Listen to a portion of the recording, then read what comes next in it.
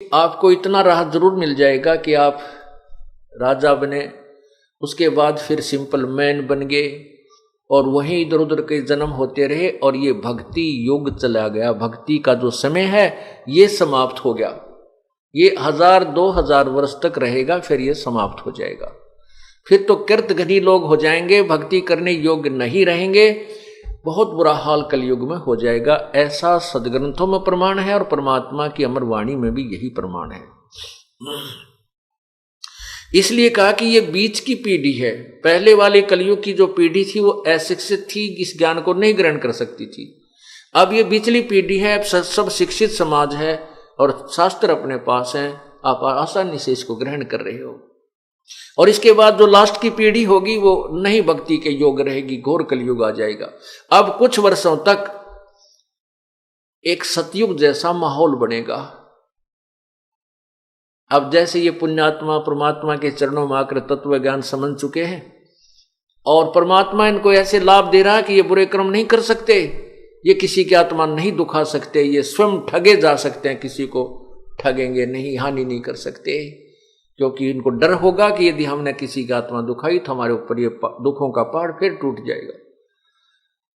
एक बार ऐसा माहौल अब देख रहे हो आप। पहले तो हम क्या करते थे ना, आरती गाते थे हम भी, जो पहले वह मनमानी साधना करते थे। क्या गाते थे आरती में? तन मन धन सब तेरा, तेरा तुझको अर्पण, क्या लागे मेरा। अर्पण क्या करते थे? अर्पण कुछ नहीं करते थे, गाया करते। और मंगलवार ने 100 रुपया अर्पण करते थे वो प्रसाद का, और कुछ नहीं कर सकते थे। और अब क्या कर रहे हो आप? कितने मौज मचा दी परमात्मा ने आपको, कितना दान कर रही हैं ये पुण्यात्माएं। ये दास जानता है आपकी स्थिति को, कहां से शुरू होते हो और आपको किस योग्य बना दिया प्रभु ने आपको। अब वो जो कहा करते थे अब करने लग गए हैं। आप तन मन धन से प्रभु पर न्यौछावर हो चुके हो। आप इतना दान कर रहे हो और ये दान किया हुआ विफल कभी नहीं जाता।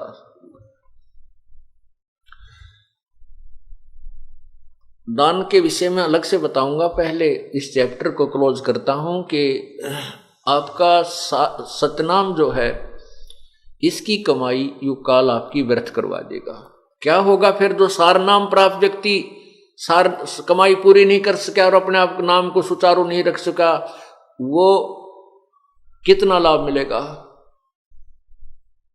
उसको? क्या होगा कि युग कलयुग में गोते खाता रहेगा, मनुष्य जन्म भी प्राप्त करता रहेगा। अंत समय में जब ये कलयुग का अंत होगा उस समय केवल वही व्यक्ति जिनको सारनाम प्राप्त है और वो इस भक्ति युग में मोक्ष प्राप्त नहीं कर सके, वो मनुष्य जन्म प्राप्त वहां इस कलयुग के अंत में भी रहेगा। उसको इतने मनुष्य जन्म मिलेंगे, लेकिन इतने भयंकर पीड़ाएं सहन करेगा। यहां पर बहुत बुरा हाल होगा, कभी अकाल गिर के मृत्यु को प्राप्त होगा, कभी कुछ होगा, कभी कोड लगेगा, यानी बीमारियां ये नो की नो रहेंगे, लेकिन मनुष्य जन्म अवश्य मिलता रहेगा।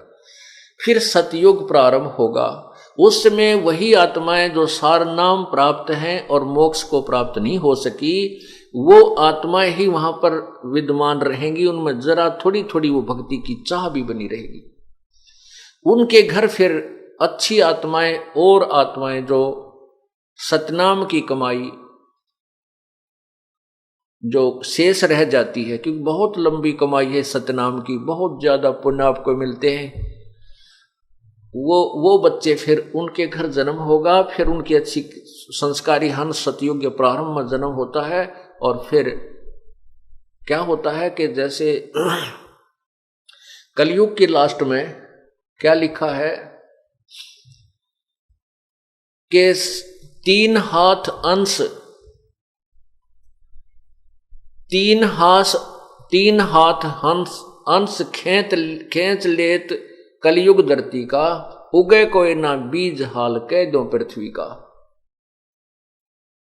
कलयुग के अंत में क्या होगा इन राज्यों की रीत कहूं मैं तो से हंसा, घर घर लोहा बर्तन धन भाई ना देखण को कंसा।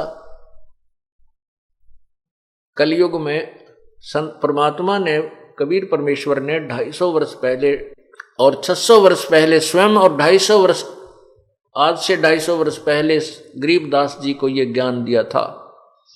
और गरीबदास साहिब जी ने उस समय अपनी अमृतवाणी में ग्रंथ साहिब में लिखा है कि इन राज्यों की रीत कहूं मैं तो से हंसा, और घर घर लोहा बर्तन धन ना देखण को कंसा। पहले कांसी के बर्तन हुआ करते, हमारे समय में उन्होंने खूब प्रयोग किए।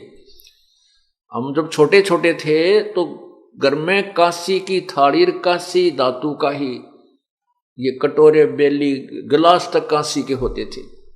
लोहे का स्टील का कोई बर्तन नहीं होता था। एक कढ़ाई हुआ करती गुलगुले तारण की या हलवे बनाने की। तो उसने उस समय ये लिखा था कि कलयुग में लोहा बर्तन धन हो जाएगा, स्टील के बर्तन हो जाएंगे। और आज से अगर 200-100 वर्ष पहले कोई ये कहता कि घर में लोहे के बर्तन होया करेंगे, कोई नहीं माने, क्योंकि झूठ बोला, बकवाद करे। लोहे के बर्तन होया करें, कभी कांसी के बर्तन, लोहे के तो अशुभ होते हैं, ऐसे कहा करते थे हमारे पूर्वज। और आज वो साची होगी? ये स्टील के गिलास, स्टील की थाली, स्टील के बेले, ये लोहे के हैं। चमची स्टील की, सारी परात स्टील की, सब स्टील, लोहा हो गया। वही वाणी सत्य परमात्मा की। फिर लिखा है कि कलयुग के लास्ट में क्या होगा कि आयु घट के इस प्राणी की, मनुष्य की 20 वर्ष रह जाएगी। और 20 वर्ष में से 15 वर्ष में तकरीबन आदमी मर लिया करेंगे। जैसे 100 वर्ष की आयु मानते हैं तो 75-80 में तकरीबन इंसान मर जाता है, 90 तक तो एक आधा ही पहुंचे। ऐसे ही उस समय 15 वर्ष की आयु में मर जाया करेंगे, मृत्यु हो जाया करेगी। और 5 वर्ष की लड़की के बच्चे होने लग जाएंगे। ओए होए। अब वो 5 वर्ष की लड़की, और उसमें कद के रहेगा 1.5 फुट या 2.5 फुट, तगड़ा होगा 2.5 फुट का। और 15 वर्ष में वह जवान भी हो लेंगे और बूढ़े भी हो लेंगे, सारा कुछ होगा, मृत्यु को प्राप्त हो जाएंगे। उसमें लिखा है कि ना तो कोई वर्षा होया करेगी, वर्षा ऐसे होगी जैसे ओस गिरती है, इतना जो ना प्रदूषण बढ़ जाएगा। और फलदार वृक्ष नहीं रहेंगे, कांटेदार ये झाड़ी हो जाएंगी, पीपल के भी पत्ते नहीं रहेंगे, ऐसी बिरान माटी होगी। ये मकान नहीं रहेंगे, बिल खोद करके ये मनुष्य रहा करेंगे जमीन में। तो इसे हो जाएंगे 1.5, 2 फुट के, वो इतनी जगह खोद दी, उसमें लोटे रहा करेंगे। तो बहुत दुर्गति होगी। कहने का भाव ये है कि फिर क्या बताया कि 3 हाथ अंश खींच लेत कलयुग धरती का, उगे कोई ना बीज हाल कह दो पृथ्वी का।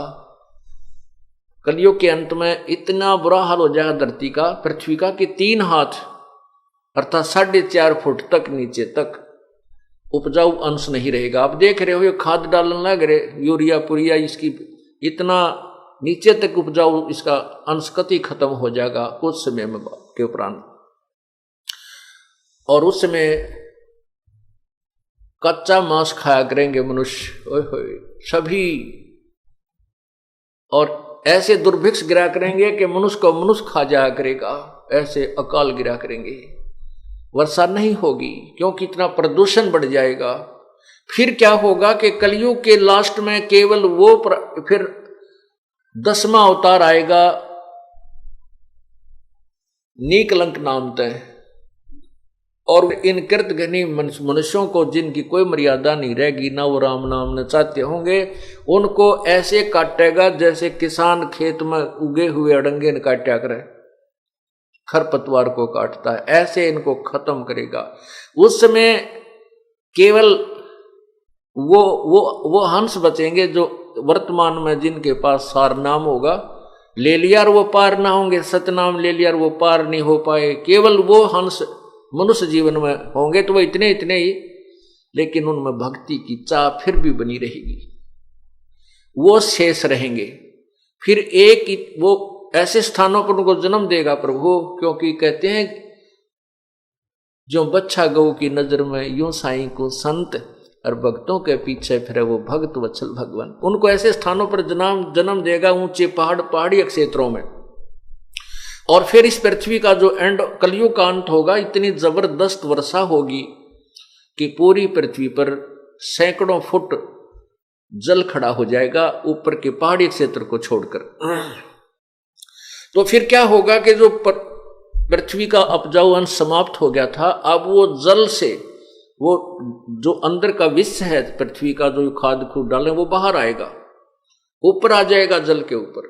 धीरे धीरे वो जल सूखेगा, फिर पूरी पृथ्वी पर बाग, ये वृक्ष ही वृक्ष उग जाएंगे, बहुत जबरदस्त वन होंगे। फिर ये प्रदूषण, जो कार्बन डाइऑक्साइड की अधिकता हो जाएगी, वो खत्म होगी, वो वृक्ष उसको खत्म करेंगे, ऑक्सीजन के भंडार इस क्षेत्र में फिर भर दिए जाएंगे।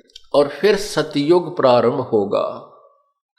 पूरी पृथ्वी पर जंगल ही जंगल होंगे, फलदार वृक्ष होंगे, बहुत पुण्यात्माओं का जन्म होगा, और प्रभु अपनी कृपा से उनको बहुत ज्यादा लाभ देगा।